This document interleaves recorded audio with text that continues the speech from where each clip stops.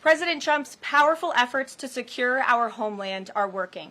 According to newly released numbers, last month, Border Patrol saw a 93% decrease of illegal aliens crossing the southwest border between ports of entry from May 2024 under Joe Biden, when they encountered more than 117,000 illegal aliens. And this particular statistic is absolutely astounding. In the month of May, under the Trump administration, 0 illegal aliens were released into our country by Border Patrol. Let me say that again. Not a single illegal alien was released into the interior of the United States of America last month under this administration. Let's contrast that to Joe Biden's failed leadership, where immigration officers were wasting their finite time and resources processing dangerous illegal aliens for release into the United States. President Trump immediately terminated that reckless Biden-era practice that undermined the rule of law, jeopardized public safety and our national security, and diverted critical resources away from stopping deadly drugs and violent criminals from entering our country. That's the reason why not a single illegal alien was released into the interior of the United States in the month of May. And as a result, we now have a border that is reaching unprecedented levels of operational success. The efforts by President Trump to stop the illegal immigrant invasion and secure the border in this short amount of time represent one of the greatest achievements by a presidential administration in the history of our great country. With illegal entries being overwhelmingly halted, the Trump administration is dramatically ramping up efforts to arrest and deport all of the millions of criminal illegal aliens that Joe Biden let into our country over the past 4 years. President Trump has directed all of our ICE officers to do everything in their power to carry out the single largest mass deportation operation in history. Illegal criminals who are hiding in America's largest so-called sanctuary cities will be increasingly targeted for removal. Radical Democrats will no longer be allowed to shelter illegals who threaten public safety as part of their cynical efforts to expand political power, drain the American taxpayer, and artificially lower wages and steal American jobs. ICE officers are courageous heroes, upholding the rule of law and keeping our citizens safe. And they have the full and unwavering support of this president. In economic news, President Trump's pro-growth agenda is delivering for the American worker. Through the first 5 months of the Trump administration, real blue-collar wages are up nearly 2%. It's the strongest growth in nearly 60 years, and a stark contrast from the negative wage growth seen during the first 5 months of the Biden administration. America is quickly returning to the successful formula of the first Trump administration: low inflation and rising wages. Once the big, beautiful bill is passed, this positive trend will only accelerate. Senate Republicans are continuing to push this critical legislation forward. The One Big Beautiful Bill will drive growth and supercharge the American economy. The Council of Economic Advisors found that the One Big Beautiful Bill will raise take-home pay by nearly $14,000 for a year for the average family of 4. The CEA also found that the One Big Beautiful Bill will increase wages as much as $11,000 for the average worker in America. The One Big Beautiful Bill expands the child tax credit and makes it permanent for more than 40 million families with children. And the bill will deliver no tax on tips, no tax on overtime, and substantial tax cuts for our incredible seniors. Simply put, the One Big Beautiful Bill is a massive win for middle-class Americans. When nearly 80 million Americans sent President Trump back to this White House, they were doing so expecting these popular policies to be enacted. Republicans in Congress have a mandate to deliver, and President Trump demands they send this historic bill to his desk for signature by Independence Day, July 4th. The American people are fully behind President Trump. According to brand new polling from Insider Advantage, a clear 54% majority of Americans approve of the job President Trump is doing. That's because this president is keeping his promises and taking action every day to improve their lives. And passing this bill will help fulfill a number of President Trump's core campaign promises. Now, regarding the ongoing situation in Iran, I know there has been a lot of speculation amongst all of you in the media regarding the president's decision-making and whether or not the United States will be directly involved. In light of that news, I have a message directly from the president, and I quote, "Based on the fact that there's a substantial chance of negotiations that may or may not take place with Iran in the near future, I will make my decision whether or not to go within the next 2 weeks. That's a quote directly from the president for all of you today. So we'll kick it off for questions here in our new media seat. We have Eli Lake from the Free Press. Eli, go ahead. Thanks so much for having us. Thank you. The Free Press. The decision to extend the, delay in enforcing the TikTok ban. Sure. Can you talk about how the White House understands its constitutional authority in light of the Supreme Court's decision in January that said that the president had to enforce the ban? Sure. Well, as all of you know, because the president put it out on his Truth Social today, he did sign an executive order to extend the TikTok ban for 90 days. So in the effort to make a deal. And the White House counsel and the Department of Justice have reviewed this executive order, and I can get it for you. I think it's on our website by now. If it's not, my team will now put it up immediately. And you can read the language in that executive order. And the White House counsel's office and the Department of Justice strongly believe in the legal rationale for this executive order. They wouldn't have the president's pen hit it if they didn't. And the political reasoning for this, of course, is because the president made a promise to keep TikTok on. There are 100 million Americans who use this app. It's wildly popular. He also wants to protect Americans' data and privacy concerns on this app, and he believes we can do both things at the same time. So he's making an extension so we can get this deal done. Can I get a follow-up? Sure. A few weeks ago, Tucker Carlson reported on a meeting between the president, Mark Leavitt, and others at the White House. Is there a leak investigation, and can you say who else was in that meeting? I'm not aware of a leak investigation at this time. I, for one, do not reveal details about the president's private meetings without his permission to do so. But certainly the president does not like when people leak. He takes that very seriously. This entire administration takes that seriously, and that's why you've seen at agencies some of the cabinet secretaries have been given the authority by the president to let go of staff who are engaged in such leaks, especially those that risk American national security. Sure. Go ahead. Karoline, thank you. So, Rhino warmonger Lindsey Graham, he recently called on the U.S. to go all in. That's quite the lead to a question. Right. What's your message to everyday Trump supporters? Not the Tucker Carlsons or other big names, but everyday Trump supporters, grassroots who voted for President Trump to stop the wars, rejected this in the primary, going into another war, but voting against Nikki Haley, and they want to see non-U.S. involvement in this war. What's your message? Trust in President Trump. President Trump has incredible instincts, and President Trump kept America and the world safe in his first term as president in implementing a peace through strength foreign policy agenda. And with respect to Iran, nobody should be surprised by the president's position that Iran absolutely cannot obtain a nuclear weapon. He's been unequivocally clear about this for decades, not just as president, not just as a presidential candidate, but also as a private citizen. In fact, I have some quotes for you. In 2011, President Trump said, America's primary goal with Iran must be to destroy its nuclear ambitions. We cannot allow this radical regime to acquire a nuclear weapon that they will either use or hand off to terrorists.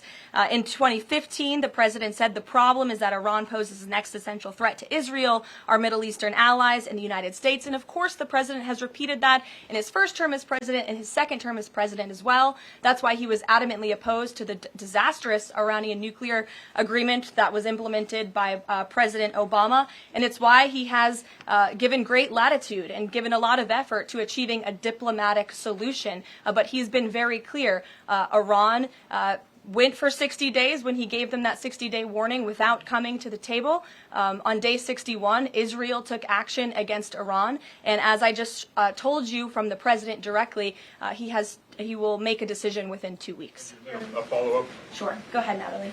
Thanks, Karoline. Can you confirm whether Steve Witkoff has been in touch with the Iranian foreign minister, and does Witkoff plan to go to Geneva tomorrow for talks? I am not tracking that on Mr. Witkoff's travel schedule, but I can certainly check in with him to be sure.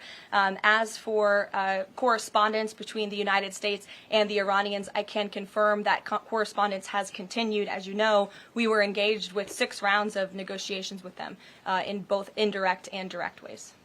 Thanks, Kelly. Just to clarify the president's statement just now, when he says that he'll make a decision in the next 2 weeks, is he saying that if Iran does not come back to the negotiating table within the next 2 weeks, that the president will strike? The president is saying that he will make a decision whether or not to go within the next 2 weeks. It's very clear and direct. And is he seeing any signs of progress? He obviously is holding out hope for negotiations, but is he seeing any inklings of progress that give him that hope that talks are still possible. Well, that's why he said in the statement that I just read for all of you, based on the fact that there's a substantial chance of negotiations that may or may not take place with Iran in the near future, he will make that decision within the next 2 weeks. What makes him think there's still a substantial chance, is my question. I'm not going to get into the reasoning and the rationale the president believes that, but that's his position, and he will make a decision within the next 2 weeks. Karoline. Sure. Thanks, Karoline. President Trump has said previously in regard to Russia, he's used this phrase about 2 weeks several times in terms of like, we expect like a 2-week deadline and then you give another 2-week deadline. How can we be sure that he's going to stick to this one on making a decision on Iran? Well, in those deadlines, as you've seen in respect to Russia-Ukraine, might I add, these are two very different, complicated global conflicts, as you know, that the president inherited from our previous incompetent president in the weakness of the previous administration. And the president has spent a tremendous amount of time and effort cleaning up these crises that were caused by the last administration's just complete dereliction of duty on the world stage and American weakness. Now we have American strength again. With respect to Russia and Ukraine, because of that American strength, and the president's leadership, we have seen these two sides engage in direct negotiations. And the last time the president said 2 weeks, you saw Russia and Ukraine have direct negotiations for the first time in years. And so the president is always interested in a diplomatic solution to the problems and the global conflicts in this world. Again, he is a peacemaker in chief. He is the peace through strength president. And so if there's a chance for diplomacy, the president's always going to grab it. But he's not afraid to use strength as well, I will add. Francesca.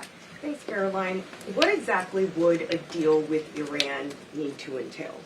No enrichment of a uranium, and it would absolutely not. Iran is not absolutely not able to achieve a nuclear weapon. The president has been very clear about that. And by the way, the deal that Special Envoy Witkoff proposed to the Iranians was both realistic and acceptable within its terms, and that's why the president is sent that deal to them. To follow up on what you told Natalie, are the talks that the United States is currently having with Iran direct, or are those through intermediaries? And if so, which countries are acting as the intermediary right now? Out of respect for the ongoing discussions and negotiations, I am not going to get into the details of them. We've provided you confirmation for now. Go ahead. Sure, and then behind you too. Oh, Go ahead. so thanks. Sorry. On the topic of negotiations and talks, does the president have any hopes or specific expectations for the talks tomorrow between European foreign secretaries and their Iranian counterpart? Well, certainly the entire world is on the president's side when it comes to the fact that Iran cannot obtain a nuclear weapon. This is something that pretty much all of humanity, except for the Iranian terrorist regime themselves, agree upon. And so the president expects that Europe will deliver that message directly to the Iranians. Why does President Trump believe that this 90-day extension on TikTok will provide more runway, perhaps, than the previous extensions that haven't led to a divestment deal? Because it's more time to make a good deal. Simple question. Dasha? Thank you so much. I know things are going day by day right now. The president wants maximum optionality. Is the possibility of the U.S. getting involved in regime change in Iran at all on the table at this point? The president's Sure. The president's top priority right now is ensuring that Iran cannot obtain a nuclear weapon and providing peace and stability in the Middle East. On Medicaid, Caroline, Sure. the Senate put forward Medicaid provisions, particularly a lower cap on state provider taxes that hospitals have said would lead to mass closures, particularly in rural communities. Is the president willing to sign a bill that includes those provisions that Republican senators like Josh Hawley say will lead to hospital closures? Out of respect for the ongoing discussions that the White House is very much actively involved in with our friends in the United States Senate, I won't comment on that specific provision. Look, the bill hasn't been sent to the president's desk yet. There's more room for change. The president, for one, I will reiterate, has been very clear on his priorities with respect to Medicaid. He wants to see waste, fraud, and abuse ridden from the system to protect it for tax-paying citizens who deserve those much-needed benefits. He wants to prioritize the sick, the needy, the poor in this country who deserve those benefits, not the 1.4 million illegal aliens who are receiving them. And he wants to make sure this one big, beautiful bill kicks those illegal aliens off of this program to preserve it and protect it and strengthen it for the American people. And the president has been very clear in that message to his friends in the Senate. Jackie. Thank you, Caroline. Sure. logistically, if the Iranians are getting to Geneva, does that mean they've found a way to get to the White House? I am not going to get into hypotheticals, but as you heard from the president yesterday, they have expressed interest in doing so. Philip. Pressure on the president to come to the aid of Israel. There's a lot of pressure on him to finish the job with force. How is he balancing the concern that if he doesn't choose to do that, that it would send a message to Xi Jinping about the U.S. commitment to Taiwan? Well, the president enjoys a very respectful and cordial relationship with China's president. He has long maintained that, even in his first term. And China and the United States share many strategic interests, both in terms of economics and also, of course, global affairs and foreign policy as well. However, when it comes to balancing these different viewpoints, the president is balancing a lot of viewpoints, and he is listening not just to other world leaders, but to his advisors and to people here in the country and the American people too. And I think that's what makes this president such a great leader, is his ability to listen and make a good decision on behalf of the American public based on his instincts and his experience. Don't forget, this is a president who was here before, and the world was a much more peaceful and stable place when he left office than when he came back in after the past 4 years of complete incompetence by the previous president. Philip, go ahead. Thank you, Caroline. Two quick questions. When the president says Iran is very close to a nuclear weapon, is he relying on U.S. intelligence or intelligence sharing from an ally to make that assessment? It is a fact, and the United States government maintains this fact, that Iran has never been closer to obtaining a nuclear weapon. And then if the U.S. were to take some type of military action, would the president go to Congress to seek war authority? I'm not going to engage in hypotheticals. I gave you the statement from the president. He'll make a decision within 2 weeks. Thank you, Caroline. Sure. Go ahead. Thanks, Karoline. Mary and then Elizabeth. Two questions, one on Iran and then the second on something Jasmine Crockett said this morning. So given that we know the Iranian government did order an operative to assassinate the president, is there concern that Iran might respond with non-traditional military ways to some kind of strike on Iran, such as another assassination attempt? And has the Department of Justice looked into this last attempt on the president's life? I believe Secret Service and the FBI have looked into the 2 assassination attempts that took place against the president, both of which were sad days in our nation's history. So I would defer you to the Department of Justice on where those investigations stand. But as for your question regarding Iranian retaliation, I'm not going to engage in hypotheticals again, but I can assure the American public and the world that this administration is prepared and ready to defend American interests and assets, not just in the region, but here on our homeland as well. Thank you. And then really quick on Jasmine Crockett, she said, I believe, that Trump supporters are mentally ill before calling for bipartisan support against the president. Can you respond to that, especially considering she's a rising star in the Democrat Party right now? She is a rising star. It's quite something to behold, actually. I hope that she continues to be a rising star for the Republican Party, at least. I think it's incredibly derogatory to accuse nearly 80 million Americans of mental illness. The last time I checked, Jasmine Crockett couldn't dream of winning such a majority of the public as President Trump did. And the America First movement, which President Trump has built, is filled of hardworking patriots, the forgotten men and women, business owners, law enforcement officers, nurses and teachers, and middle America, as we all know, from where you all grew up, outside of this beltway. That's who makes up this president's movement. And Jasmine Crockett should go to a Trump rally sometime, and she can see it for herself. Jennifer. One on North Korea and one on China. On North Korea, they launched some rockets into the ocean today. What does the White House make of that? Do you read any meaning into that timing of that launch? And then on China, do you have any reaction to Xi Jinping's offer of intervening in Iran diplomatically?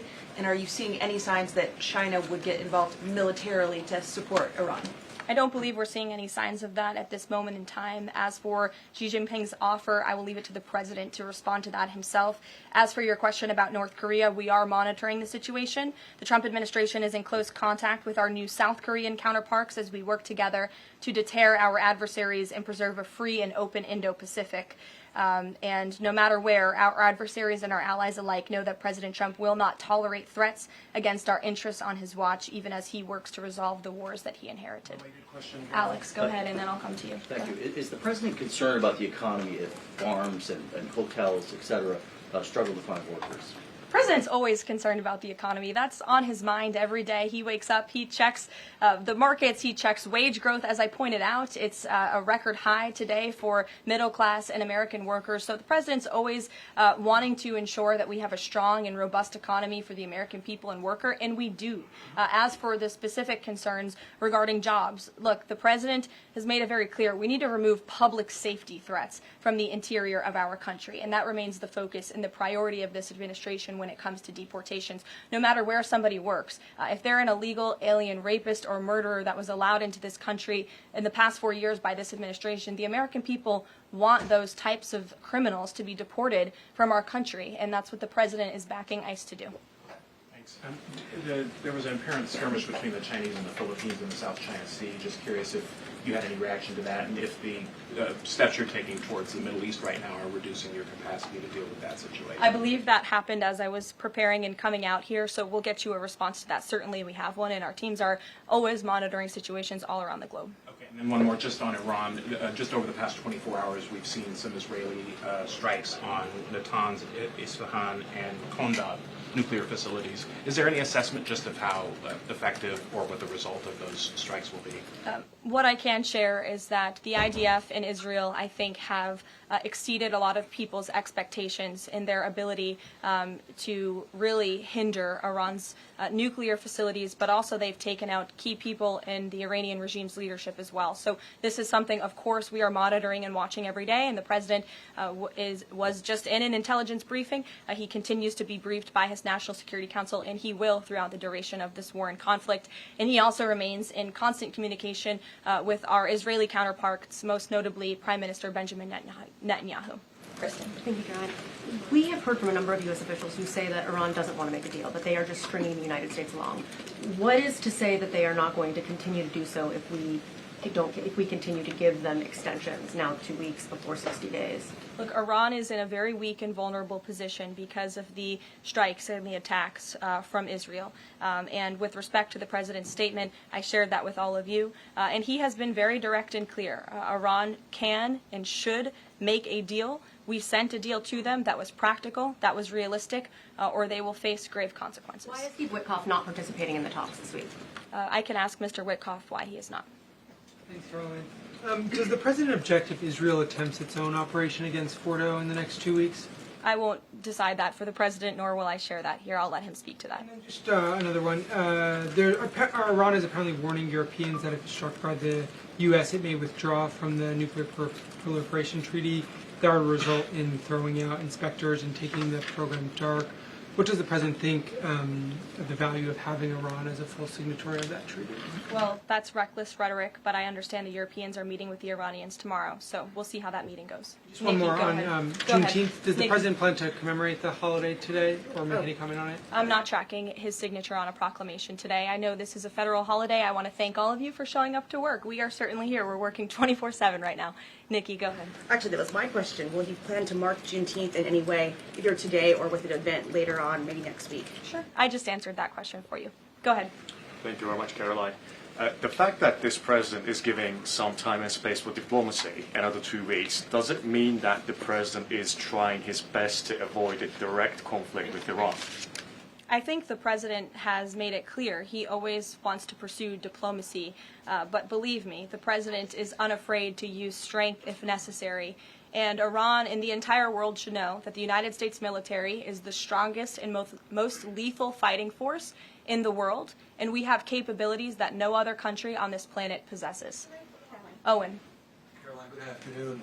The Supreme Court, as you know, has upheld Tennessee's ban on transgender medical procedures for minors, puberty blockers, hormone therapy, etc. The White House reaction to that, please. It's a huge victory for America's children, and it's obviously something this administration believes strongly in, that young minor children should not be allowed to be subjected to chemical castration and mutilation. The president himself has taken very strong orders, or has signed very strong executive orders on this, and we are grateful for Tennessee's efforts to protect our children, and we are grateful the Supreme Court ruled on the side of the law, but also on the side of protecting America's innocent children. Elizabeth, go ahead. Sorry, I skipped you earlier. Okay, thank you so much. Secretary of State Marco Rubio announced new vetting procedures on student visas. Will this serve as a model for vetting other foreign visas? For all foreign visas, yes. As you know, the president signed an executive order, I think it was one of the first he signed in the first week, to strengthen our vetting requirements and our vetting system here in the United States for all visas. He directed the Secretary of State to do that. There was a pause in some of that vetting, as you all know, recently, especially with respect to students from some certain countries. But the vetting has continued, and it's stronger than ever before. As for specifics on how the vetting process has changed, I would defer you to the Department of State. As you know, they're in charge of things like that. Thank you. To what extent is this 2-week delay with Iran the result of interventions by the likes of Tucker Carlson, Marjorie Taylor Greene, or the entreaties of European leaders who want a de-escalation? Look, the president hears all voices across the country, and he makes decisions based on his instincts. And he has always said diplomacy is his first option. And is he still planning to attend the NATO summit next week? He is, yes. We will be departing from Washington on Monday morning, and hopefully we'll see some of you there. Kayla. Thanks, Caroline. Oil prices have been spiking over the last week. Is the president watching the oil market, and is that factoring into his decision-making in the Middle East? Again, as I said to, I think, Alex's question previously, the president is always watching, and this administration is doing more than any in history to bring oil prices and gas prices here at home down for the American public. They have been plummeting since President Trump's inauguration because of the executive action and the federal action this administration has taken on the home front. But yes, of course, he's paying attention and monitoring that. But as for whether it's weighing into his decision, there's a number of factors that, of course, are, and as I said, he will make that decision in the next 2 weeks. Can't reiterate that enough. Ouija. Caroline, thank you. With regard to a potential deal, Iran has said it will not negotiate under duress. Does the president believe there should be a ceasefire in these next 2 weeks as the U.S. tries to broker a deal? That's not what he said in the statement he dictated to me, so I won't get ahead of the president or add anything additional to the statement that he gave me the liberty to share with all of you. And then just to follow up on how close Iran is to a nuclear weapon, can you clarify when the president said a few weeks away, did he mean obtaining enough enriched uranium to start building a weapon, or did he mean Iran is a few weeks away from completing the production of a weapon? I'm glad you asked that, Ouija. It's an important question, and it's one, frankly, the media has been getting wrong. Let's be very clear. Iran has all that it needs to achieve a nuclear weapon. All they need is a decision from the supreme leader to do that. And it would take a couple of weeks to complete the production of that weapon, which would, of course, pose an existential threat not just to Israel, but to the United States and to the entire world. And that is something that the entire world, including countries like Russia, is in agreement with, that Iran should not and cannot obtain a nuclear weapon. And that's why the president believes that, and he's believed that, again, not just his political career, but frankly, his entire life. So it Michael. sounds like it's the former, just to be clear. Correct. That they have the components. Okay, Correct. thank you. Michael. Caroline, as we look forward to the NATO summit next week, Spain right now is threatening not to oblige the president's request for all NATO countries to spend at least 5% of their GDP. Does the president take issue with this, with Spain right now? I didn't see Spain's comments. I'll make sure the president sees them, and I can assure you he wants to see all European countries pay their fair share and meet that 5% threshold. It's only fair considering the American taxpayers have given a significant chunk of money to the tune of billions of dollars to support our mutual interests and our assured defense. So I will let him speak to that, but he's made his priorities for our European allies quite clear, including Spain. Caroline, one last question. When it comes to the president's position on foreign policy in general, is there a phrase that the White House has coined? Is there a Trump doctrine? Does the president like to talk about this? Anyone here in the White House talking about this? And if so, if there is something akin to a Trump doctrine, how would you define it? America first, always. And with that, I think I'll leave you. I know there's a lot of news in the world right now. As you know, our team is always here to answer your questions, and the president, I am sure, will take more questions from you guys at some point this week, as he always does in the effort of transparency. I appreciate your being here on a federal holiday, and we'll see you later. Thank you.